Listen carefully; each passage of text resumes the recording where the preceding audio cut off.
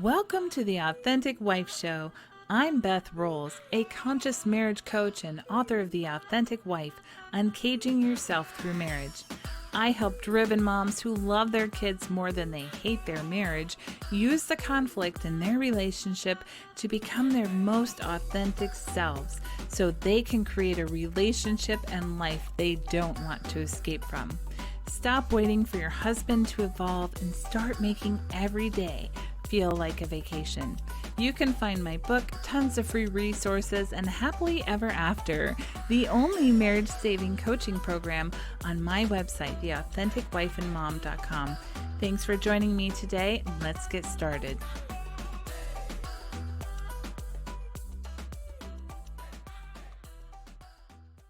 Welcome back, beautiful, authentic wife. I'm happy to have you here. Also, welcome to any husbands or anybody else who happens to be watching this show. I'm not trying to be exclusive here. Let's talk about ADHD today. And you might think, what the hell does this have to do with me? Nobody in my family has ADHD. That's exactly what I thought almost 9 years ago. I was like, this is for kids who can't sit still. I don't have anything to do with this. Nobody in my family has it. And of course, today, if you're on TikTok and whatnot, lots of people are self-diagnosing, and it's starting to become more prevalent in the lexicon of today because lots more people are talking about it. But back when I was struggling with my marriage in the beginning after the kids came, I had no idea. I was like, ADHD has nothing to do with us. So now when I'm looking at the forums and stuff and I see somebody write a kind of specific post, my first response is, oh, does your husband have ADHD? Or does your husband know he has ADHD? And I'm not trying to diagnose anybody. That's not my place. Go to a professional, get diagnosed if you want to. You can go down the whole medication path and everything. But if I see a post and the woman says, I do everything, my husband feels like another child, he's looking at his phone or he's playing a game, he's not helping me. And then usually it will come to something like, he's like the greatest guy, but there's always like a Jekyll and Hyde kind of thing that happens with ADHD, I think. And it literally is like, it seems like the sweetest guy, and then all of a sudden he's not. And that could be like he goes into a rage or gets really angry or does something that seems scary. So, or just out of the norm, like just a change in the status quo can seem scary sometimes, especially because I think we go through life kind of expecting other adults to be predictable and nice and funny in one way, but then we're all human. And so we have a bad day, and then our husband's having a bad day, and we're like, oh my God, it's so scary, just because it is not the predictable, the norm, that the thing that we're used to and the thing that we liked. When we met them, like there was something about them that we loved and some reason why we thought they'd be great dads for our children. And they're still that, but on a bad day, it's not so great. So when I see those posts, I'm like, oh, did you know? Did you know that your husband has ADHD? Or have you looked into an ADHD diagnosis? Because there's a strong possibility that that is at play.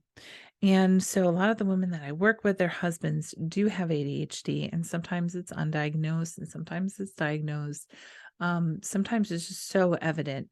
And I often see that as we're working and they're understanding that, oh, he is differently wired. If he doesn't have actual ADHD, maybe has some traits of it or whatever, then they start to see it in one of their children.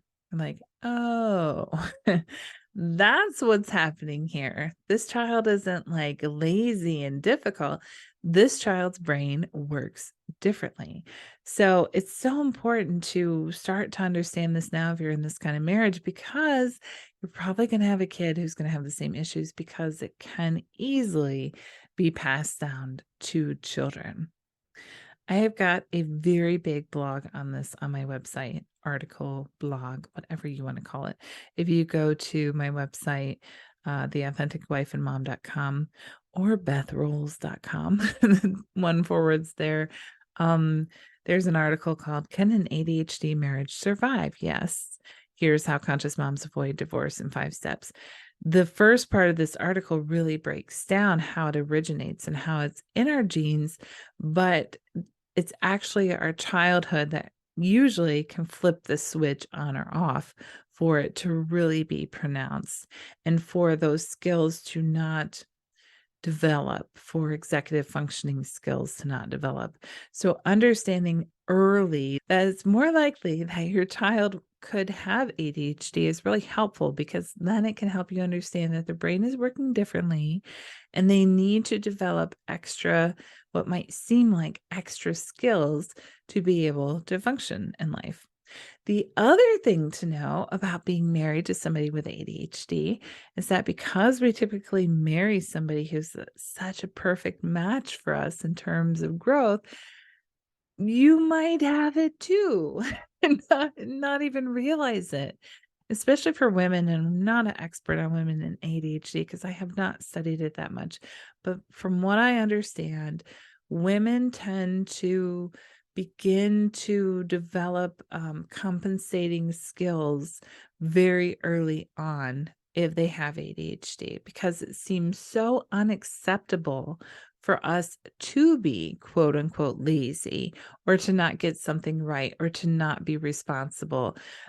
We are so afraid of not being the good girl and then not getting the love that we need, that we start to work on these traits hard and find ways around them, or maybe just shame ourselves about them for years and years and eventually find some coping strategies and ways around them.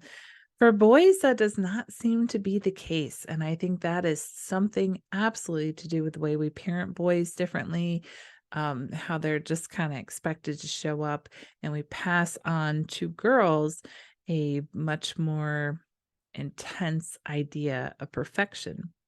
I've noticed even as I parent, I have a boy and girl, I naturally tend to push my girl harder than my boy. And I have to consciously remember, push him equally as hard. Like, he doesn't get a free pass. He has to either I need to adjust my pushing and push less, or I need to push them both. Because it's tempting to make her fold her clothes, and sometimes it's tempting to say, "Well, let me help you fold your clothes." It's so bad. I don't know why we do that. And maybe the father pushes more, and the mother pushes differently. I don't know, but I'm just saying you need to be aware of how you raise your children and push them equally. But let's go back. So in this article, it talks about what our kids need from us. They need quality eye contact and intensity of glance. They need body language that is loving and supportive. They need a loving and supportive tone of voice. They need uh, us to not dump our emotions on them, to take care of our own stress, especially due to like financial struggles. Anytime the adult in the house is dysregulated or struggling, then it is more likely to turn on this gene in children and they have these traits. To me, basically, ADHD is very much like the child is sort of stuck at an earlier level of development. If you read through what the symptoms are, it's like they just sort of get frozen in time. And so it literally is like I have an extra child. My husband literally feels like another child, or felt like another child, because he was sort of frozen in time with these we'll say like immature, in the sense that he didn't mature kind of traits. So it says we're born with no capacity whatsoever to self-regulate. And this is a task made possible gradually from childhood to adolescence by the specific brain centers that have to develop and grow connections with other important nerve centers. and chemical pathways that need to be established. The individual with ADHD has incomplete development of pathways in the cerebral cortex and between the cortex and lower areas of the brain. So then their right prefrontal cortex is not fully developed in the child. And our right prefrontal cortex is responsible for impulse control, social emotional intelligence, motivation, participating in directing attention, inhibition, um, taking emotional information from lower brain and deciding whether to allow or inhibit it. And in ADHD, there's a lack of this inhibition. So the brain has fewer filters. Therefore, the brain can't prioritize, focus, or organize. Okay, so let's talk about how ADHD is defined. So it's defined by three major features, but only two are sufficient for diagnosis. So if you have two of these features, any two of them, then you may have ADHD. So ADHD is really not a problem unless it's creating disorder in your life, which is why it's called a disorder. So if it's negatively impacting your life, then it's probably beneficial for you to look into this further. And if it's impacting you as the wife, then that's where I come in and my program comes in to remind you that your job is not to mother your husband. Because if he feels like a child and you begin to mother him, then he stays stuck at these more childlike traits, and he stays stuck at this more earlier point in time. He stays more childlike. And it's exhausting for you to put up with this childlike person. So the way out of living with an extra child in your husband is to step out of your role in this dynamic as his mother and begin to treat him like an equal adult, which is much easier said than done. So here are the three major features of ADHD. The first one is poor attention skills. So they can have situational focus. So they can either be distractible or they can be hyper focused. My husband has hyper focus.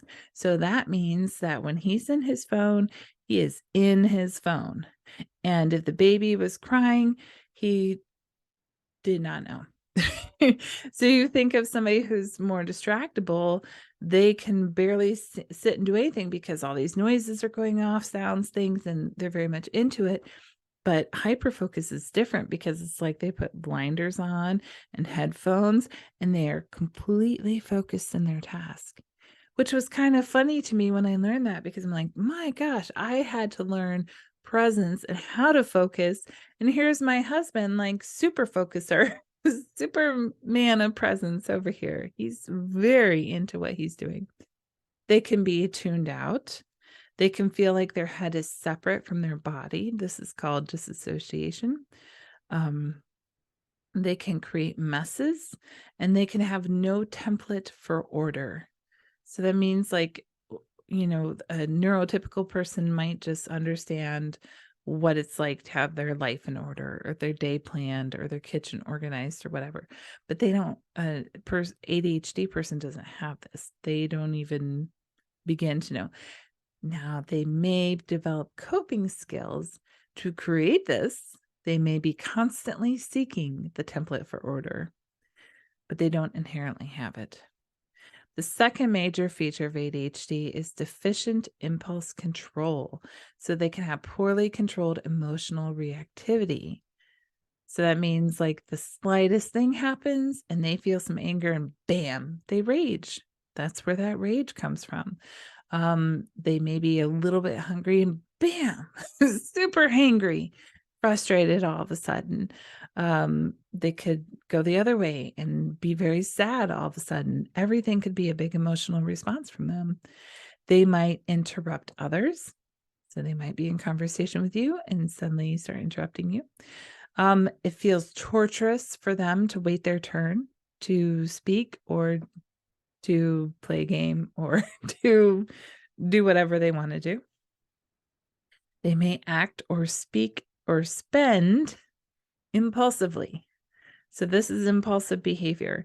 They're out and about and they see something and it's $500 and bam, they're going to buy it because the dopamine is there, man. And they have no sense of, oh, I can't do this because I need to pay the bills. I need to save for this. Like, somebody who has deficient impulse control is not going to be a saver for the things they want.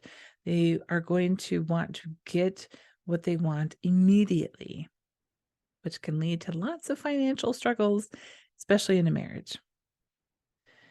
And then again, they may purchase unneeded items on a whim or without care. So that's the second one. Deficient impulse control is the second one. The first one was poor attention skills. The third, this is interesting because you don't always need this one. I think a lot of people think that this one is the hallmark of it, but it's not.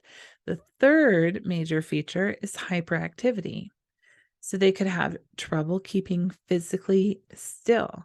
They could tap or pump their thighs, so like shaking their leg. There's somebody that I like to watch on reality TV, and his leg just goes, and people give him a hard time because anytime he's sitting somewhere, that leg is moving all the time. I do this sometimes. So they're constantly moving. It can present as nail chewing or nail biting. I know some females this comes up in. Instead of pumping their legs, they might be chewing their nails. Interesting fact here. My son, this is just an aside. I don't think my son has ADHD, but when he was little, he is so freaking flexible that he used to yank his foot up to his mouth and start chewing on his toes. Like, what are you doing? This is so gross. Please stop. But yeah, and I mostly was just jealous that I am no longer that flexible. Like, wow, that is impressive. So nail chewing, they might do teeth biting inside of mouth. So like bite, chomp on their cheeks. They can be excessive talkers. Excessive talkers. You know, somebody who talks and talks and talks and talks and dominates the conversation and gives way more information than you would think is normal to give. That can be hyperactivity. Hyperactivity is more likely to be absent in girls. Girls are usually less likely to be hyperactive. Another way that ADHD presents, like other signs for you, leaving the cupboard doors open, pacing while they're talking on the phone, um, losing things, not knowing where they put something. Just think about what it's like to live with your little kid. And then if you notice some of the same traits with you or your husband, it's probably ADHD. So here are some more ways that this manifests. Like we said, distractibility, poor regulation of impulses. They can lose the ability to read social cues and participate in socially essential activities. They eventually may be ostracized from a group. If they're separated from their mothers, this is more for children, they may become hyperactive. They may have counter will, which is an immediate no to a request. My husband absolutely did that. If you say, will you do this? And immediately they say no. That is called counter will. You notice if you ask your toddler to do something, they often will immediately say no. So that's again, they're stuck in that stage of development. They can have time blindness. So they have no sense of time passing, which means that they can end up being very late, maybe even very early, but just no time blindness or no sense of time. They can act as if their actions will have no consequence, which is also part of time illiteracy. The future doesn't exist, so there's no consequence for doing this today. We can spend the $500 because who's thinking about tomorrow? We're living in the present moment, man. And another thing that is really important to understand is that ADHD affects a person's ability to respect interpersonal boundaries, as they have not psychologically individuated from their parent for various reasons. And because they are disassociated and sort of live outside of their bodies for the most part, they never develop a sense of self as whole and separate from others. So, this will look like a person who gets in your personal space, touches you without asking, uses up your resources, doesn't hear you say no to something, feels like you should be available at all times, etc. So that one was huge for me. It was bad enough that I already did not have boundaries, but then I had a husband who also did not have boundaries. And while I was usually more of like the giver of my energy, he was very much like a taker. And so that was fine until it wasn't. I just like, dude, you can't take from me anymore because I'm so depleted. Because now my real kids are taking everything I've got. I've got nothing for you. So, those are some signs to know that you or your husband or somebody in your life probably has ADHD. In a book called The ADHD Effect on Marriage, Understand and Rebuild Your Relationship in 6 Steps by Melissa Orlov, which is a nice book to know that you're not alone. I don't know that it really helps you fix things, but it is nice to know that you're not alone. She says parenting an ADHD spouse is always destructive to your relationship because it demotivates and generates frustration and anger. So that's it. The biggest thing is that you stop parenting him and that you understand what is happening. You know, do you see at least 2 of these 3 major features? Do they have poor attention skills, deficient impulse control, or hyperactivity? So, stimulants for them, let me just read this to you. The reason why stimulants can be useful for people with ADHD is that they arouse the inhibitory function of the right prefrontal cortex, meaning that they allow the ADHD brain to take in less information so it's easier to focus without getting overwhelmed. It's kind of like using those barricades or bumpers in the gutters when you're bowling. It's just a tool to keep you on track by eliminating data that's not useful to the moment. So that is what stimulants are doing for them. A stimulant for an ADHD brain helps them focus, where for us, it can make us more hyperactive and bouncy and like excitable. The ADHD person will seem more calm and friendly when they've had a stimulant. So my husband can have like a energy drink, what are those called? Like Monsters or something, and seem more normal than another person who has that. Or he can drink coffee and seem more calm because it's actually inhibiting some of that data for him. It's helping him to focus. And that's the way medication works is they are stimulants that then help them to take in less information so they can actually focus. One thing that my husband told when we found out from our therapist that he had ADHD, he agreed to do a test and realized it. And that was actually pretty devastating for him. And I've heard that before. If you find out later in life, then your whole life starts to make sense. And they're like, oh my God, why didn't I have this before? It could have prevented this or it could have helped me do this or whatever. And it can be kind of depressing to go through that understanding. So you need to be sensitive to what that experience is like for them. But when we found out, um, I didn't fully believe it. It's like, so what if you do? You still need to step up and be a normal person. You just need to take care of it or get over it or develop these skills or whatever and just be normal. And I really had a lack of faith in that. The fact that it was causing so many issues in our marriage, I just didn't buy it.